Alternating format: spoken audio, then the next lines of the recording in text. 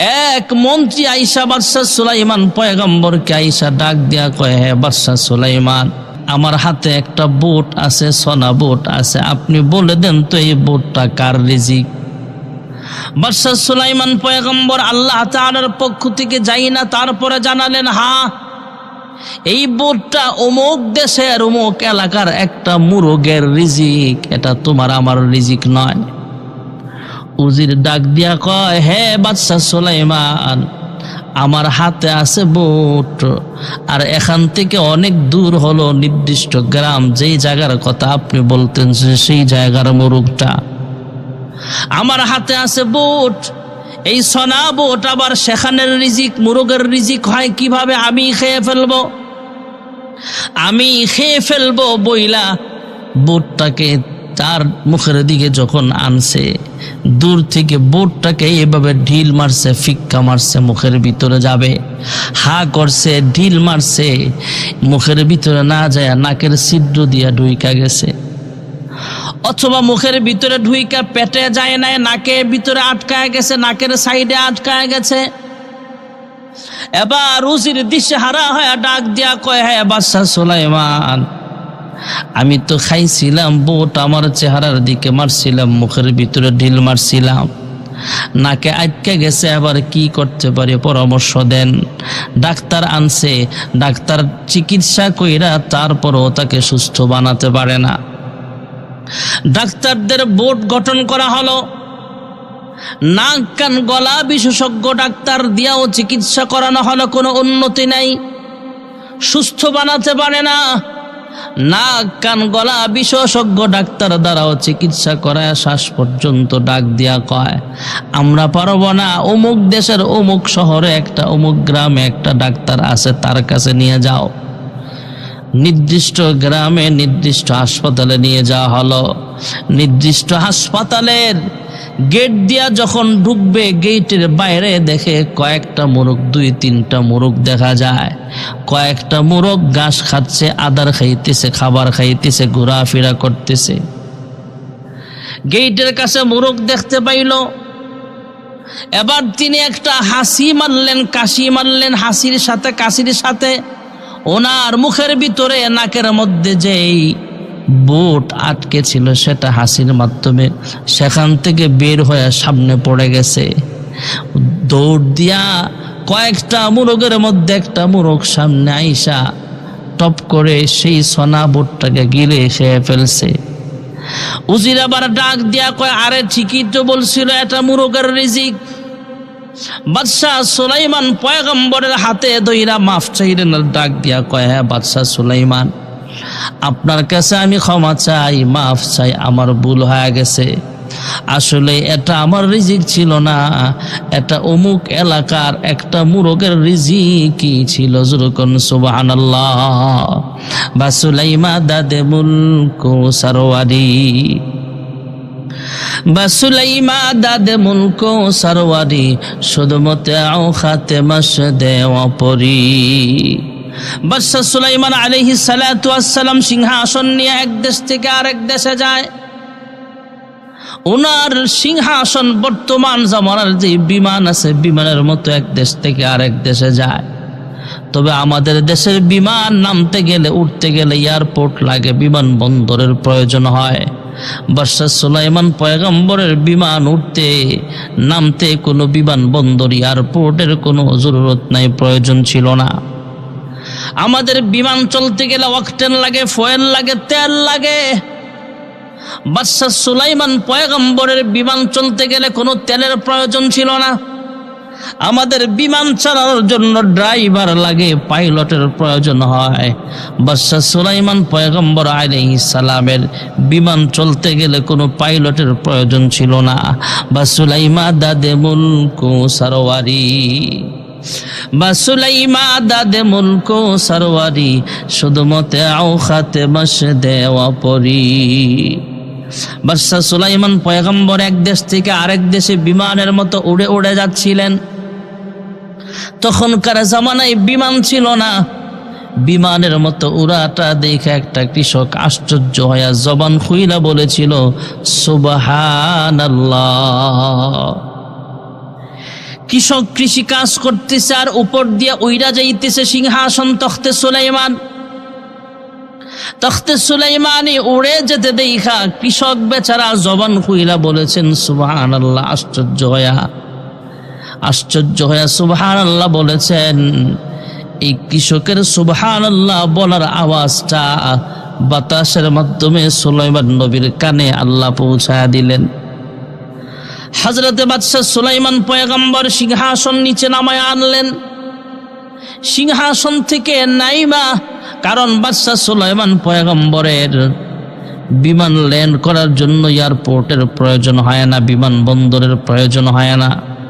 বাদশা সুলাইমান এরই ক্ষেতের আইরের মধ্যে সিংহাসনটা নামায়া এরই ক্ষেতের লাল দিয়া যখন কৃষকের সামনাসামনি আসতেছে, কৃষক ভয়ে কাঁপতেছে। সুলাইমান নবী ডাক দিয়া কয়, হ্যাঁ কৃষক, ভয় পাবার কিছু নাই। তুমি একটু আগে আমার তখতে সুলাইমানি দেখা জবান খুইলা কি বলেছিলা? কয় আমার ভুল হয়ে গেছে, ক্ষমা করে দেন, আমি সুবহানাল্লাহ বলেছিলাম। আশ্চর্য হয়া বাদশা সুলাইমান ডাক দিয়া কয়, হ্যাঁ কৃষক, ভয় পাবার কিচ্ছু নাই। তুমি যে একবার আমার সিংহাসন দেখা সুবহানাল্লাহ বলেছ, তোমার সুবহানাল্লাহর দাম তুমি জানো কিনা? কয় জানি না। কয় আমার তখতে সুলাইমানি, আমার মন্ত্রী পরিষদ সহ আমার সিংহাসন যদি এক পাল্লায় রাখা হয়, আমার সংসদ ভবনটা যদি এক পাল্লায় রাখা হয়, আর তোমার একবার সুবহানাল্লাহ যদি আর এক পাল্লায় রাখা হয়, হে কৃষক, ভয় পাবার কিছু নাই। আমার তখতে সুলাইমানির চাইতে তোমার একবার সুবহানাল্লাহর দাম আমার আল্লাহর কাছে সবচাইতে বেশি দামি হয়ে যাবে। এই জন্য সুবহানাল্লাহর জিকির বেশি বেশি করব আমরা।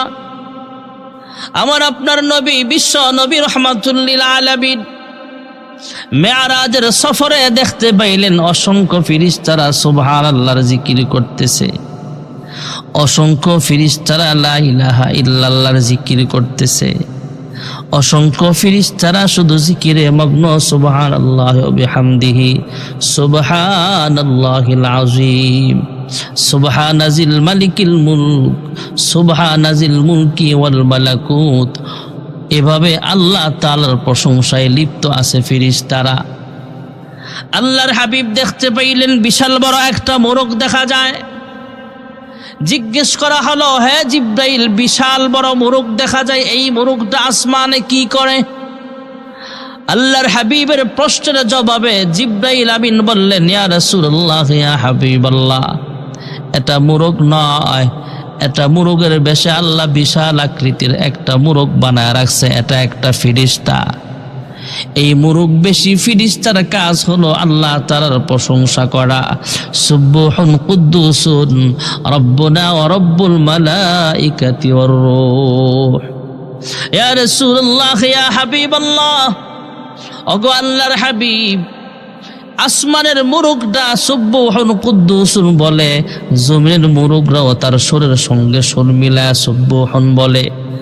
আমরা শুনতেছি কুকুরু কু বলে মুরগ ডাকতেছে, না না, যদিও এটা এইভাবে ডাকতেছে আমরা শুনতে পাই। আসমানের সেই মুরগ ফেরেশতার সঙ্গে জিহ্বা মিলায়া মিলায়া, ঠোঁট লড়ায়া লড়ায়া, আওয়াজটা মিলায়া মিলায়া জমিনের মুরগরাও পড়ে সুবহুন কুদ্দুসুন রব্বুনা ওয়া রব্বুল মালাইকাতি ওয়ার রূহ। আসমানের ফেরেশতারাও সব সময় জিকির করে। গাছ আল্লাহর জিকির করে, যতদিন আল্লাহর জিকির জারি থাকবে ততদিন গাছের জীবন বেঁচে থাকবে, ততদিন বাঁচতে পারবে। যতদিন মাছ আল্লাহর জিকির জারি থাকবে ততদিন মাছটাও জিন্দা থাকতে পারবে। আল্লাহর জিকির যখন বন্ধ হয়ে যাবে তখন মাছের মরণ হয়ে যাবে। আল্লাহর জিকির যখন বন্ধ হয়ে যাবে তখন গাছের মরণ হয়ে যাবে। এই সমস্ত জিকিরগুলো আমরা বেশি বেশি করতে হবে। সুবহানাল্লাহ, আলহামদুলিল্লাহ, লা ইলাহা ইল্লাল্লাহ। আল্লাহর জিকির করতে করতে আমরা বড় আল্লাহওয়ালা হয়ে যেতে পারবো।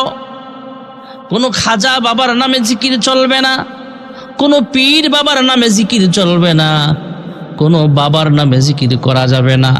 জিকির চলবে একমাত্র আমার আল্লাহ।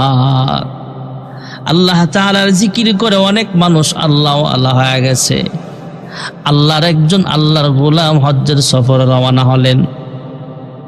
আল্লাহর এক বান্দা আল্লাহর ওলি হজ্জের সফরে রওনা হলেন। অনেক বৎসর আগের কথা ভাইয়েরা আমার, অনেক বৎসর আগের ঘটনা। আল্লাহর ওলি পায়ে পথে হেঁটে হজের পথে রওনা হলেন। তখনকার জামানায় বিমানের ব্যবস্থা ছিল না, বিমান আবিষ্কার হয় নাই। আল্লাহর বান্দা হজ্জের কাফেলার সঙ্গে হজ্জের পথে রওনা হয়ে গেলেন। প্রতিমধ্যে তাদের কাফেলা যখন তাবু গাড়ছে, রাত্রি যাপন করতেছে, সকালবেলা ফজরের নামাজের পর আল্লাহর বান্দা একটা নদীর কিনারা দিয়ে হাঁটে। হাঁটতে হাঁটতে হাঁটতে হাঁটতে দেখতেছেন একজন বোরকাওয়ালি মহিলা দেখা যায়। একজন দিনদার সুন্নতি বোরকাওয়ালি একজন মা, একজন মহিলা নদীর কিনারায় তিনিও হাঁটতেছে। তিনি দূরত্ব বজায় রেখে দেখতেছেন মহিলাটা কি করে।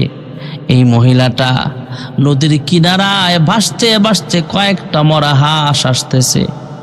এই মহিলা চতুর্দিকে তাকায় দেখে কেউ ওনাকে দেখছে না, কেউ নাই দেখা যায়। ফাঁক বুঝে গ্যাপ দেখা তিনি দেখেন কেউ নাই। উনি ওনার ব্যাগের ভিতরে মরা একটা বা দুইটা হাঁস নিয়ে বাড়ির পথে রওনা হয়ে যায়। আল্লাহর ওলি হাজী সাহেবের কৌতূহল জাগলো মনে, প্রশ্ন কি ব্যাপার? মরা হাঁস নিয়ে ব্যাগের ভিতরে নিয়ে মহিলা কোথায় যায়? মহিলা যেন বুঝতে না পারে দূরত্ব বজায় রেখে আল্লাহর ওলি হাজী সাহেব পিছনে পিছনে রওনা হয়ে যায়। যাইতে যাইতে যাইতে যাইতে সামনে যায় দেখে মহিলা একটা ঘরের ভিতরে ঢুকছে। দুইকা আগের থেকে পানি বসানো আছে, ফুটানো পানির ভিতরে হাঁসগুলো জবে কইরা সেখানে দিছে মরা হাঁস কাইটা। মরা হাত গোস্তগুলা কাইটা রান্না করতেছে। আল্লাহর ওলি হাজী সাহেব দরওয়াজায় টোকা দিলেন, দরওয়াজা খোলা হলো। ডাক দিলেন, কি করেন আপনি মরা হাঁস দিয়া? কয়, আমার বাচ্চাগুলো অনেক দিন পর্যন্ত অসুস্থ, আমার বাচ্চাগুলো ক্ষুধার যন্ত্রণায় ছটফট করতেছে। এই যে দেখেন ক্ষুধার যন্ত্রণা, হে মা খাবার দাও খাবার দাও খাবার দাও বলতে বলতে কানতে কানতে বাচ্চাগুলো ঘুমায় গেছে। বাচ্চাগুলো ঘুমায় গেলে আমি বের হলাম খাবারের সন্ধানে।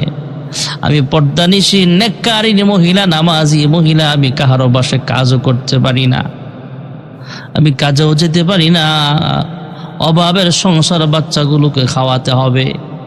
আমি বের হয়ে দেখি মরা কয়েকটা হাঁস নদীর পানিতে ভাসতেছে। সেখান থেকে মরা হাঁস উঠে আনলাম, রান্না করে বাচ্চাগুলোকে খাওয়াবো। বাচ্চাগুলোর জান বাঁচাতে হবে, এই জন্য মরা হাঁস নিয়ে আসলাম। আল্লাহর ওলি ডাক দিয়া কয়, হে মা, আমার কাছে এত 1000 টাকা আছে, এগুলো তোমারে দিয়া দিলাম, বাজার করে নিয়ে আসতেছি, দাঁড়াও। হাজী সাহেব হজ করতে যাবেন, কয়েক হাজার টাকা সাথে আছেন, হাজার হাজার টাকা ওনাকে দিয়া দিলেন। তখনকার জামানায় ছিল টাকার অনেক মূল্য। কয়েক হাজার টাকায় বর্তমান জামানার কয়েক লক্ষ টাকা মূল্য হবে, আরো বেশি হবে। তৎকালীন জামানায় টাকার মূল্য ছিল অনেক। তখনকার 3000 মানে বর্তমান 3 লাখের আরো বেশি হয়ে যাবে। হাজী সাহেব হজের খরচ সবগুলো ওই মহিলাকে দিয়া উনি আর হজ্জের সফরে যায় নাই। উনি ওনার বাড়ির পথে রওনা হয়ে গেলেন। হাজী সাহেবরা হজ্জের সফর শেষ করে যখন বাড়িতে আসলেন, ওনার কাফেলার সব হাজী সাহেবরা ওনার বাড়িতে ভিড় জমাইছে। আয়েশা কয়, অমুক আল্লাহওয়ালা আপনি কোথায়, আপনি আসেন। কয়, কি হয়েছে বলো? কয়, আপনাকে হজ করতে দেখলাম কিন্তু আমাদের সঙ্গে আসলেন না, কি ব্যাপার? কয়, আমি তো হজ্জেই যাই নাই। কয়, কি হয়েছে বলো? কয়, আমরা যখন আরাফার ময়দান থেকে মিনা মুজদালিফায় যাব তখন দেখলাম আপনি আমাদের সামনে দিয়ে হাঁটতেছেন। আমরা আপনাকে ধরার চেষ্টা করেছিলাম কিন্তু আপনি দ্রুত গতিতে হাইটা সামনের দিকে চলে গেলেন। দেখলাম আরাফার ময়দানে অবস্থা করলেন, মুজদালিফায় আপনাকে আমরা দেখেছি, জামারাতে পাথর মারতেও দেখেছি, মিনায় অবস্থানকালেও আপনাকে আমরা দেখেছি, কিন্তু আপনার সঙ্গে কথা বলার সুযোগ পাই নাই, আপনাকে ধরতেই পারি নাই। আমরা কাবা তোয়াফ করার সময় আপনাকে দেখলাম, সাফা মারওয়া সাই করার সময় আপনাকে দেখলাম। হজ্জের কার্যক্রম সব জায়গায় আপনার দেখা মিলল, কিন্তু আমাদের সঙ্গে কেন আপনি আসলেন না? কি হয়েছে আপনার? আল্লাহর ওলি বিস্তারিত ঘটনা ওনাদেরকে শোনালেন। এলাকার বড় বড় উলামায়ে কেরামদের কাছে নিয়ে যাওয়া হলো, ওনাদের কাছে ঘটনা বিস্তারিত শোনানো হলো।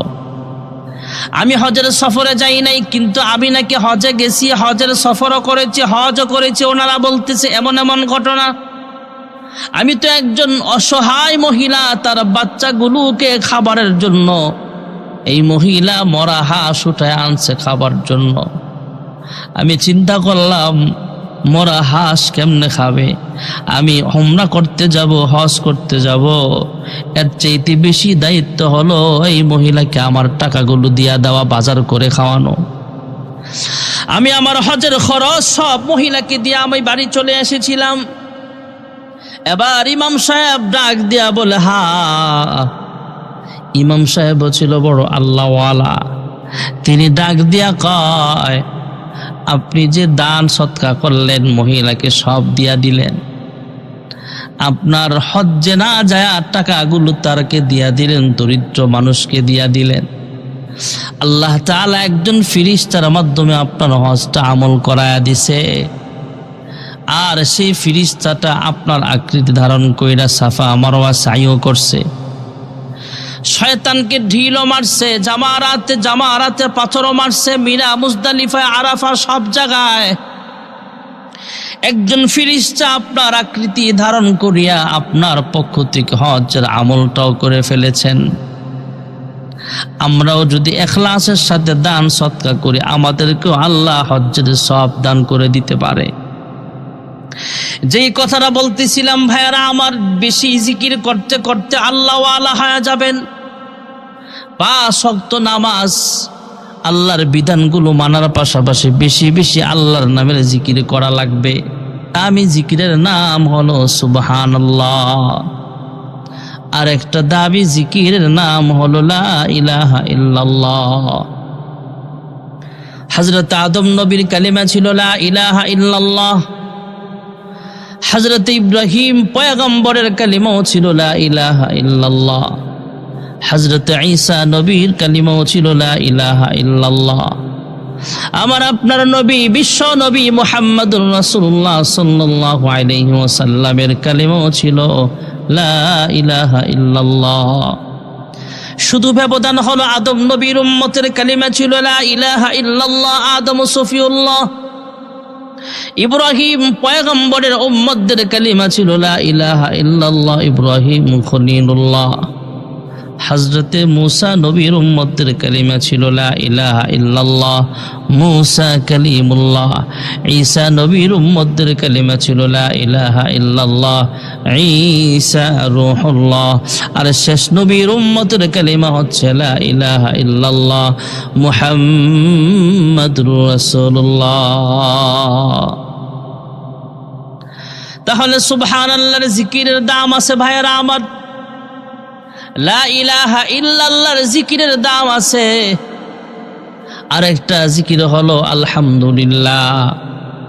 নামাজের ভিতরে আমরা তেলাওয়াত করি আলহামদুলিল্লাহি রাব্বিল আলামিন। আলহামদু অর্থ হলো সমস্ত প্রশংসা।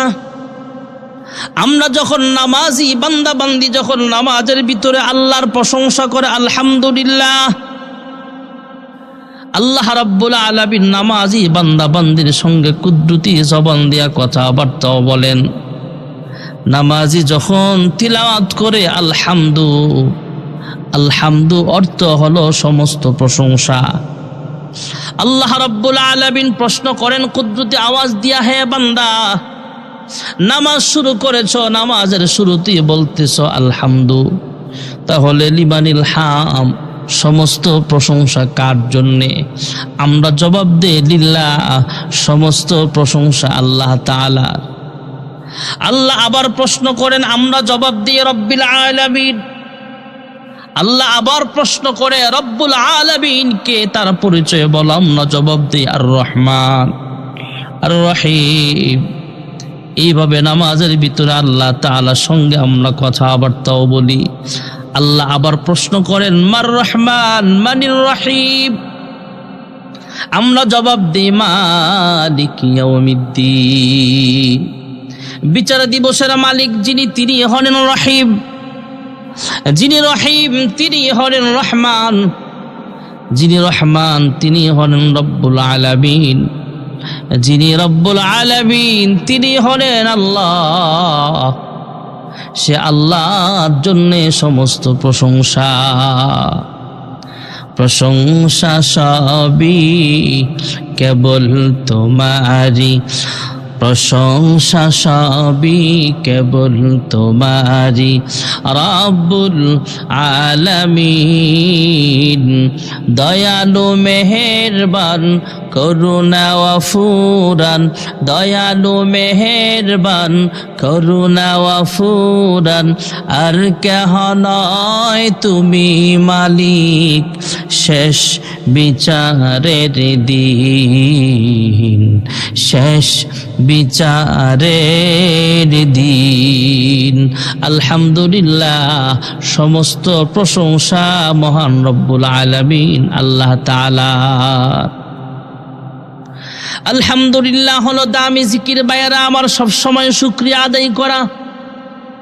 আল্লাহ রাব্বুল আলামিন দুনিয়াতে মানুষকে পরীক্ষা করেন। ওয়ালানাবলুওয়ান্নাকুম বিশাইইম মিনাল খাউফি ওয়াল জু'i ওয়া নাকসিম মিনাল আমওয়ালি ওয়াল আনফুসি ওয়াস সামারাত। সুখে দুঃখে সব সময় পরীক্ষায় উত্তীর্ণ হওয়া লাগবে। সব সময় মালিকের শুকরিয়া আদায় করতে হবে। আলহামদুলিল্লাহ, আল্লাহ তাআলা খুশি হয়ে যাবেন। তাহলে আমরা কয়েকটা জিকির পাইলাম। একটা জিকির হলো লা ইলাহা ইল্লাল্লাহ, আরেকটা জিকির হলো আলহামদুলিল্লাহ, আরেকটা হলো লা ইলাহা ইল্লাল্লাহ, আরেকটা হলো সুবহানাল্লাহ। তাহলে এই তিনটা জিকির একসাথে আমরা করতে পারি। সুবহানাল্লাহ ওয়ালহামদুলিল্লাহ লা ইলাহা ইল্লাল্লাহ, সুবহানাল্লাহ ওয়ালহামদুলিল্লাহ লা ইলাহা ইল্লাল্লাহ। আরেকটা জিকির হলো আল্লাহু আকবার। পৃথিবীতে প্রত্যেকটা সেকেন্ডে, প্রত্যেক সেকেন্ডে আল্লাহু আকবারের ধ্বনি হয়। ভাইয়ারা আমার, পৃথিবীর সব চাইতে পূর্ব প্রান্তে একটা জায়গা আছে, আন্তর্জাতিক সময় রেখা যেটা, সেই জায়গাটার নাম হলো ফিজি বা ফৌজি বলা হয়। ওখানে একটা টাইম লাইন আছে, আন্তর্জাতিক সময় রেখা আছে, ইন্টারন্যাশনাল ডেট লাইন আছে সেখানে। এর পাশে আছে একটা মসজিদ, সেখানে পৃথিবীতে সর্বপ্রথম ফজরের নামাজের আজান দেওয়া হয়। সেখান থেকে আস্তে আস্তে বাংলাদেশে ফজরের নামাজের আজান হয়। এরপরে ভারতে ফজরের নামাজের আজান হবে, পাকিস্তানে আজান হবে, বাংলাদেশ থেকে 2.5 ঘন্টা পর দুবাই মালদ্বীপ সেখানে আজান হবে, দুবাইতে আজান হবে। বাংলাদেশ থেকে 2.5 থেকে 3 ঘন্টা, 3.5 ঘন্টা পর সৌদি আরবে আজান হবে। বাহরাইন, ইরান, ইরাক, সিরিয়া সেগুলোতে আজান হবে। এমন করে করে আবার ইন্টারন্যাশনাল ডেডলাইন থেকে জোহরের আজান শুরু হয়ে যায়। আস্তে আস্তে বাংলাদেশে জোহরের আজান হয়, সৌদি আরব পর্যন্ত আজান যায়। এরপরে আবার এর পশ্চিমে যেই দেশগুলো আছে সেখানে আজান হয়, আবার এদিক দিয়ে আসরের আজান শুরু হয়ে যায়। এইভাবে সেকেন্ডে সেকেন্ডে একটাই আওয়াজ, আল্লাহু আকবার।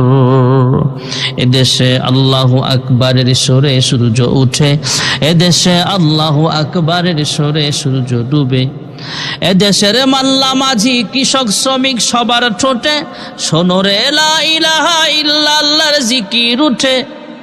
ভাইয়েরা আমার, বন্ধুরা আমার, সবসময় আল্লাহু আকবারের জিকিরটা আমরা করব। কাফের বেঈমান ইসলামের দুশমনেরা একটা আওয়াজকে এরা ভয় পায়। আমরা যখন স্লোগান দেই আল্লাহু আকবার, আল্লাহু আকবার বললে কাফের বেঈমানরা ভয় পায়। বেঈমান খারাপ জিনেরাও আল্লাহু আকবরকে ভয় পায়, নাস্তিক মুরতাদেরাও বেঈমানরাও এটা ভয় পায়, কাফের বেঈমান মানুষেরাও এটা ভয় পায়। ইসলামের দুশ্মন মুসলমানদের ভিতরে যারা মুনাফিক এরাও আল্লাহু আকবরকে ভয় পায়। এই জন্য বেশি বেশি আল্লাহর নামের জিকির করব। কয়েকটা জিকিরের আলোচনা আমরা শুনলাম। সুবহানাল্লাহ, আলহামদুলিল্লাহ, লা ইলাহা ইল্লাল্লাহ, আল্লাহু আকবার, লা হাওলা ওয়ালা কুওয়াতা ইল্লা বিল্লাহ। এই জিকিরগুলো আমরা বেশি বেশি আদায় করব। আল্লাহ রাব্বুল আলামিন আমাদের সবাইকে বেশি বেশি বেশি বেশি আল্লাহ পাকের জিকির করে জাকিরিন হয়ে তথা আল্লাহ বলনে ওয়ালা হয়ে আল্লাহ ওয়ালা হয়ে কবর যাওয়ার তৌফিক দান করেন। সকলে বলি আমিন। ওয়া আখিরু দাওয়ানা আনিল হামদুলিল্লাহি রাব্বিল আলামিন।